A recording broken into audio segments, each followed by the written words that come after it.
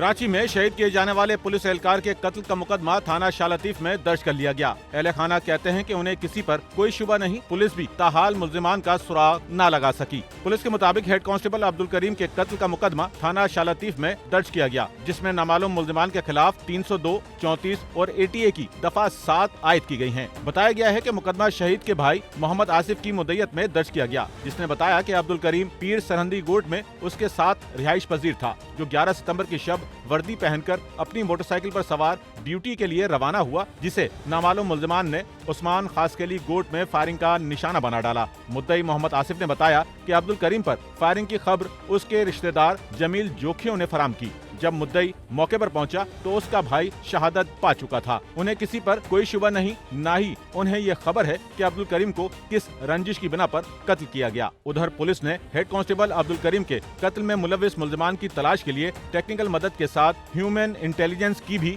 मदद हासिल कर ली है। ताहम अब तक वारदात में मुलविस मुल्जिमान का कोई सुराग नहीं मिल सका। कैमरामैन अमीन के साथ नौमान रफीक, SNN कराची।